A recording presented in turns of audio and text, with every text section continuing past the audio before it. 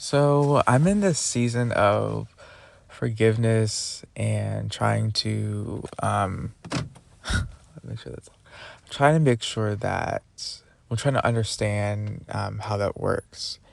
But it's hard. It's not like a easy thing to do. Forgiveness is super hard, and there's like all of these locks on my heart of just like of the vulnerable places that I don't want to go. I don't want to go to the vulnerable place of acknowledging that this person hurt me and they will never apologize, because like male friends that I've had in the past, I struggle with just forgiving them for like they just they just disappeared from my life, and that causes a lot of grief. That causes a lot of heartbreak, and that causes a lot of just um, unresolved, what's called an ambiguous loss. So how like it just it's hard to imagine like that I could ever have reconciliation. And I know within myself that they don't need to apologize in order for me to heal and in order for me to forgive them, but it doesn't make it any less painful. And it's super painful to like go through a season of life where like you have like past friends that you try to reach out to and you want to show your kindness, but they just ignore you or pretend like you don't exist. And that's where I'm at right now. I don't know. I I think I'm gonna have to reach a point where I just like letting go is like just the best option. And I think letting go, it takes a process, especially with how like depending on how close or intimate you are with those people or those friends, it takes time to let go. And I was like sort of like feel shame over like how I think I should be over it by now, because it's been a year and a half since I've heard it from them, but it's still so painful to like to just have to deal with the fact that you will never ever hear from them again, and they will never ever like apologize or try to explain how they disappeared or why they disappeared. And I think for me, what I can do is just to have grace for myself, and to have grace for myself to let these people go, because I've met so many amazing people transitioning to college and transitioning to like this a new university, and I've met like Men's Couch has just made this transition so much better, and I'm so glad I started a podcast talking about men's mental health. But it's so painful, and I just want to like talk to my listeners, like if you're listening and you're stuck in like this grief cycle of not knowing what to do, not knowing how to like handle these different like emotional parts of yourself, because there could be one part of yourself that's like, well, I don't care about them, and then there's another part of yourself that's like missing them and longing for them. So it can be like confusing when you're going through this sudden disappointment that you don't know, or the sudden like weight that you have. It's like you don't know what to do, and that's okay. And I want to give you like that space. Um, of course, as a mental health advocate, I'm going to advocate for talking to like a therapist, because that's what I did. Um, it doesn't fix anything, but it helps to talk to someone about like the loss of like someone that was important in your life that just disappeared or is just ignoring you.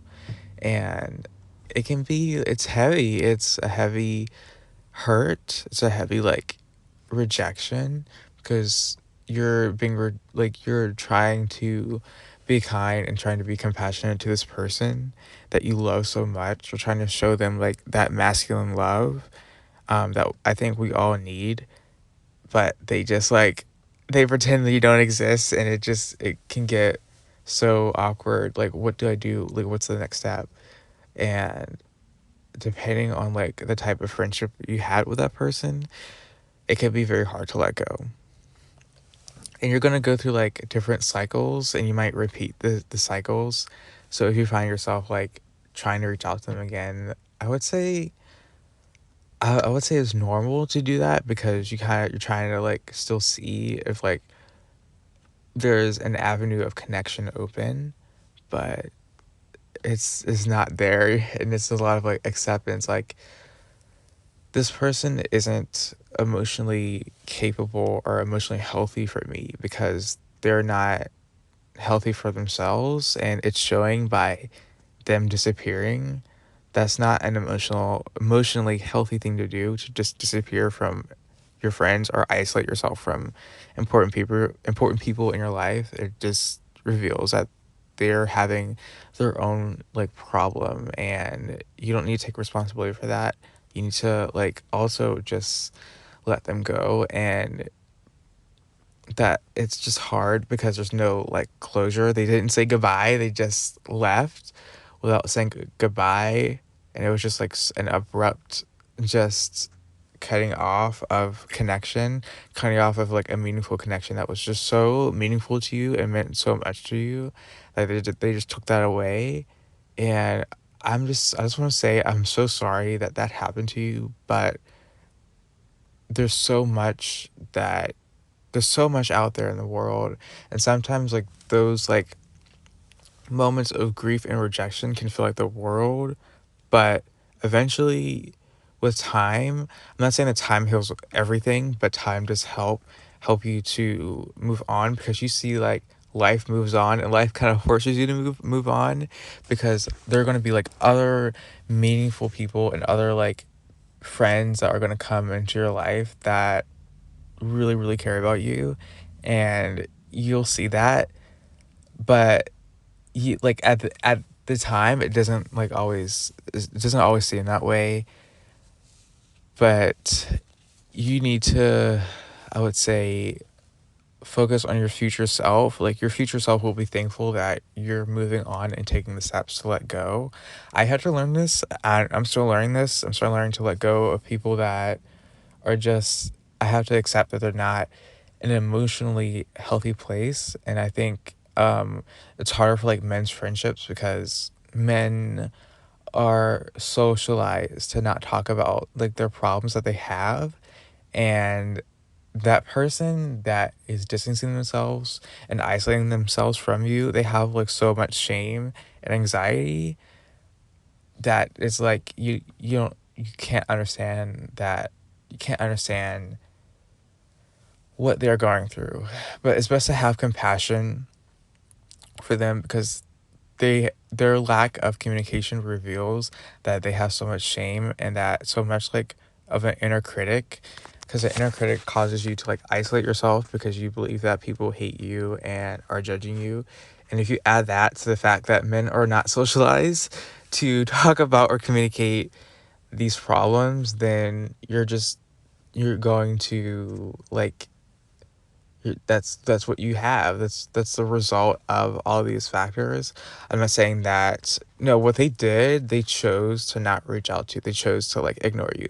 Let's get that straight. They chose to like disappear from your life, and they chose to isolate yourself from you and ignore you. That's a choice. They chose that. Um and it's a wrong choice to do. If someone is like, if you were kind to this person and there was no reason for them to ignore you, then I would argue that, that's their choice. They chose that. Um, and it's like a self-sabotage. They're sabotaging themselves from like just a friendship that is meaningful to you and to them, but they're sabotaging themselves. It's like this sort of like relational, I guess, self-harm. And it comes from like this inner critic where they just don't believe that they are worthy enough of connection. If deep down you don't believe that you're worthy enough of connection, then you're just going to sabotage your relationships, and they might not necessarily like wake up one day and say, "Hey, I'm just going to ignore this person. I'm just going to like disappear from this person's life." Like no one does that, but they can't they won't have the skills, like they won't have like the capacity to connect if they have a shame-based identity, and they can't because that, and if, especially if they have like a lot of trauma around like past things, or like just, this goes into attachment, because I believe in attachment, and I'm such a huge attachment nerd, and I believe in like how like for instance, if they were like a child and their vulnerability and authenticity was like rejected, then they can't trust because of that trauma of being rejected for who they are. So deep down, that they develop this internal shame based self, and it would be hard to reach back out to that person. And that, I'm saying that only for you to like understand who that person is. I'm not saying that, I'm not like trying to say that goes for like your friendship, but I'm just saying to give you kind of like a lens of, or like a glasses lens to see who this person is. I'm not trying to simplify it, but grieving is hard. Grieving the loss of a friendship is hard. So, but you will have to deal with the grief and the self-blame that you do. You're blaming yourself because you're blaming yourself, and you might go, well, it wouldn't have happened if it wouldn't have happened if I was a good enough friend. It wouldn't have happened if I was this. If I just tried more, it wouldn't have happened. And you might have that mindset, but you're doing that to cope with like the painful reality. And I'm just going to say this to you straight. It is not your fault if someone decides to suddenly disappear from your life. If they are ghosting you, or if they are disappearing from your life, that's not your fault.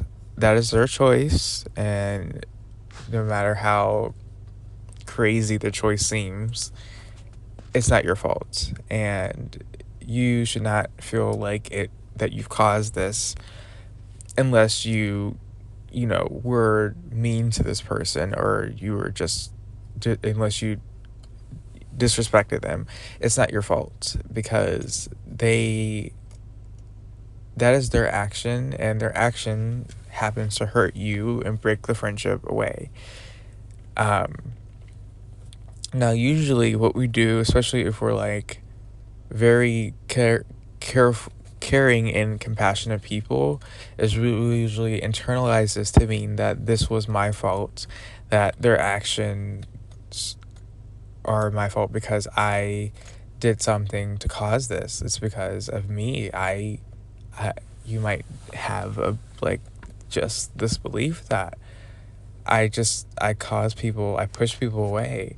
But no, they push themselves away. They push you away for reasons that are, at least on your point, unknown. And it's because you don't know why. There's no clear reason for it, so you just blame yourself.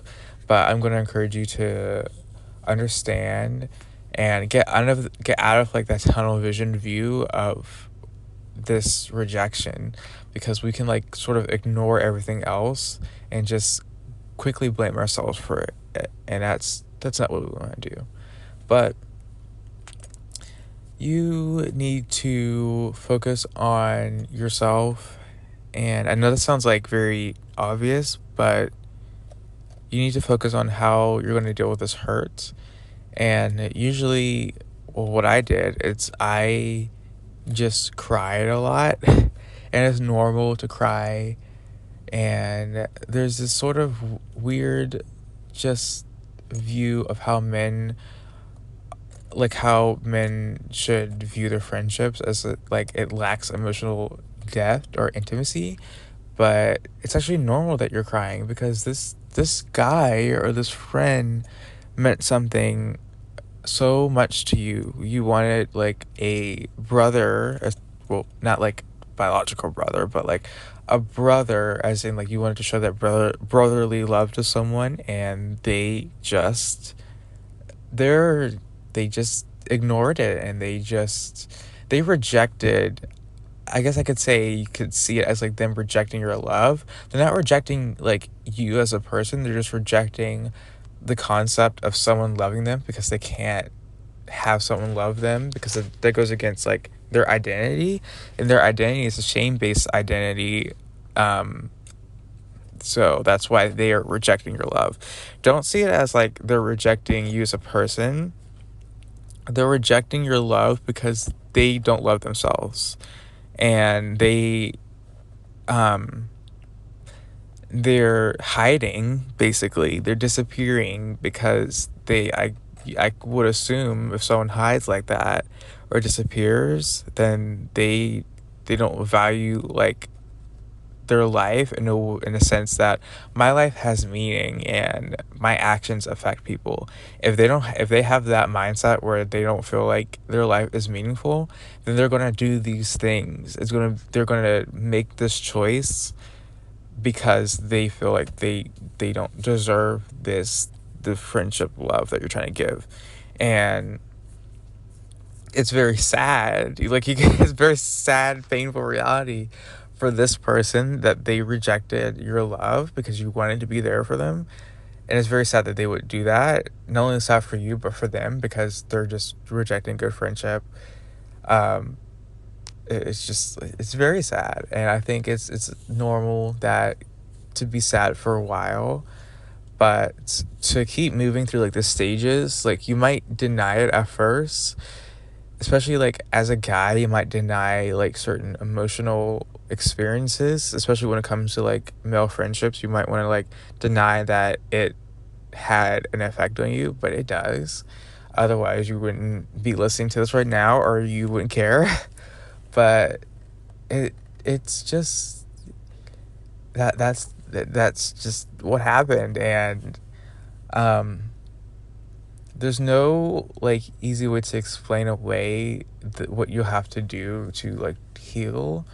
The healing process takes time, but it also takes like you experiencing different emotions and experiencing like you might go from rage to grief to back to rage. So like you might forget, go through like just that like space of just forgetting about them, and then you might go back to missing them. So it's like it's normal to like go back and forth, sort of like ping pong. You're going back and forth. But there's no like easy way to say this, but there are.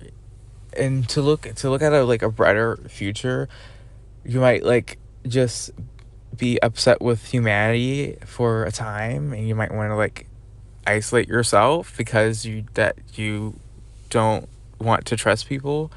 But not everyone is like this. Not everyone is this. Just like not everyone will distance themselves for you. Not everyone will just like leave you, and you have to believe that if you want to believe in friendship and the power that it has. Because I feel like so many people give up on it based on like the past rejections and the past like experiences that they had. But you have to believe that there are other good, emotionally healthy people out there. They are just as broken as you, but they will not leave the friendship. And you have to believe that there are people out there. It might not look like it now, but it might be scary to put yourself out there. But there are other people that want to love you and want to be with you.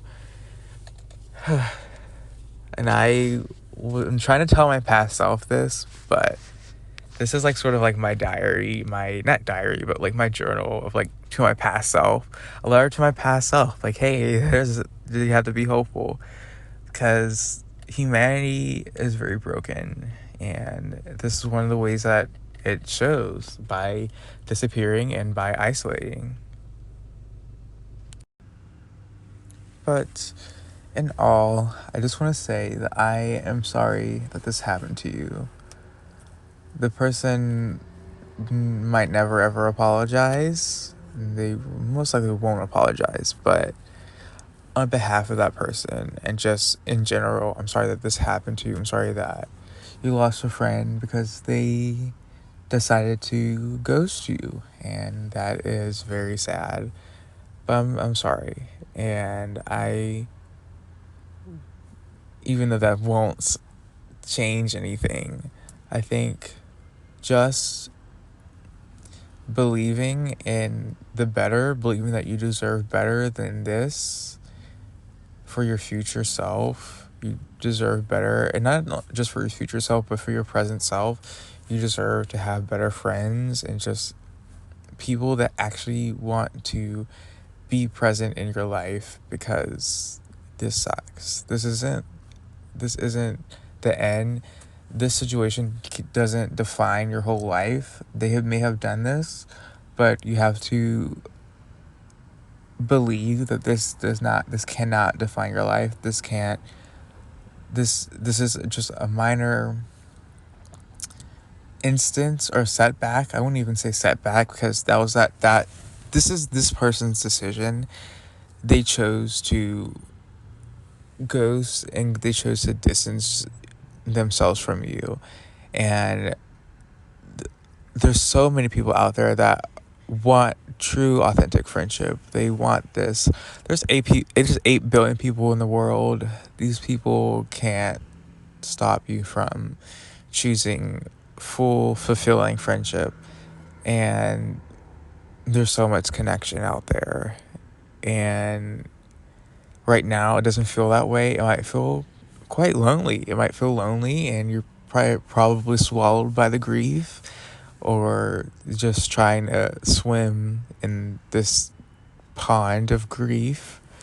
But nevertheless, there's still hope, and there's still hope that what this person did and their just lack of just response, it won't be the end. It might feel like it's the end, and it's going to be hard to trust people. Sorry, there's someone's honking their horn. I'm in a car right now, but it might be hard to trust people, and that's normal, because you're going to have your guard up, because you're going to believe that people are just going to abandon you, and it leads to a fear of abandonment because of this person. And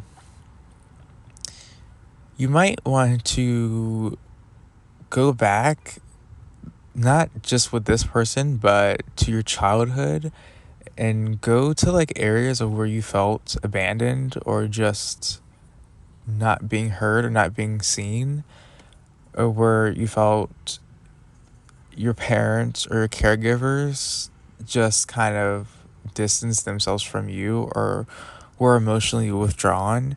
You might want to do that to understand and to track that you didn't just lose this friendship. Also, there's also things that happened in your childhood that were just rejection happened. And with all these many rejections that you have and all the traumas that you have, it might be harder to trust people. And if I'm like talking to you, I would like completely understand that you've been through all of this, that you're just going to believe that other people are not going to be interested in getting to know you. And that's understandable. So I'm getting distracted by all the cars that are coming by, because I'm in a car, I'm in a parking lot, and I'm just talking to you. I'm talking to you like a friend, because I want you to believe in the better. And I want you to also acknowledge who this person truly is, because you might go, well, wait, it just abruptly happened. It just kind of just happened. Things were going great, and they just suddenly just pulled away, and they just pretended that I didn't exist. They pretended like I don't exist who treated me like a ghost, even though they were the true ghost. And once you like sort of see who they are with a different perspective, you can understand. Not, I'm saying that this, again, like I said earlier, this is nothing excuses someone ghosting or disappearing from your life. That nothing excuses that. But you'll see that this person doesn't have the, like I said before, the emotional, I guess, maturity or capacity to connect. And this person is not capable of developing a true, authentic male friendship. And as sad as that sounds, it's the truth. And you probably will keep blaming yourself because you don't want to see that truth. You don't want to see that person as flawed in any way, because we tend to idealize our friends. We tend to idealize people and see them as like, oh my gosh, they're so great, but they're so loving, they're so caring. And we tend to like overlook these parts of this part of this person and who they are. That is the truth. And you might say, but I just need to fix myself. I need to work on myself. And that's true. There's two sides of a friendship. You still need to work on yourself and work on like your stuff. But this person also has stuff that affects how they relate to people and friends. They have stuff, and that can't be overlooked. You can't blame yourself for someone's lack of just connecting with you. That's not your fault. That's on them. They decided to do that, and they will have to live with that decision. And usually it's just I talked to my cousin about this, and I love my cousin. She's so wise. Usually it's just an insecurity on their part. On some level, they feel just a lack within themselves, which causes them to just act this way. And that is the reality. But that doesn't have anything to do with who you are. You are still the loving, kind person that you are, and you still have these needs of connection, and you still desire to have true connection that this person wasn't able to meet your needs. And that's another thing that you probably need to grieve, is that truly this person was not able to meet your needs because some people just can't, and that some people have a limit to what they're able to do. And another aspect that can be mentioned is that, and I don't want to blame culture, but that's another aspect to it, is that men put less emotional weight to their friendship, so they could act in these passive ways. They can ghost, and it's easier to ghost because, well, men are not, as a societal rule, or as an unspoken societal rule, men are not supposed to have this level of emotional intimacy with another man because it's sexualized and seen as in derogatory terms. So just keep that in mind when men lack emotional intimacy, or they do these actions like they ghost. It's more of like also a fear response, a fear of, well, I don't want to see them. I don't want to get too close to this person, or else it's more of that than anything. But take my perspective with like a grain of truth, because every human is different, and you know your friend more than I do. So take this with a grain of truth. There's some truth to this, but don't take it as all truth. This is just my perspective and the perspective that I've come up with as a result of people that have ghosted me in my life. And I've had a number of people have ghosted me. I will never know the reason, but I've come to this inner peace within myself to know that I'm enough and I'm worthy enough to have people in my life that want authentic friendship. I'm worthy of authenticity, and you must believe that as well. You must believe that you are worthy to have fulfilling friendship. And I also believe that, like, at first, and it's so hard to, like, not blame yourself. It's hard to get out of that, like, self-defeating victim place of, oh, it's all my fault, I caused this, maybe I'm coming on too strong. But you show up the same way in other friendships, yet they don't ghost you. So it's more of them. Don't take it personal. Don't internalize it. Just move through this healing process. Move through this process. Don't rush yourself. Allow yourself to just go through the patience of going through this grief period of losing this person. But also understand that a lot of factors like just men weren't taught social emotional skills.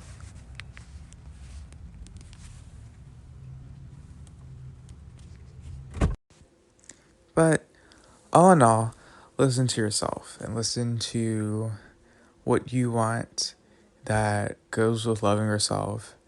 And I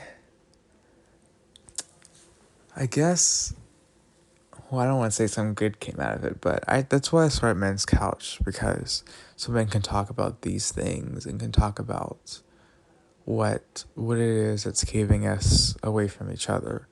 So that's one of the reasons why I started Men's Couch.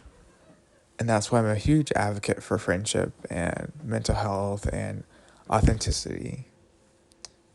So listen to the other episodes.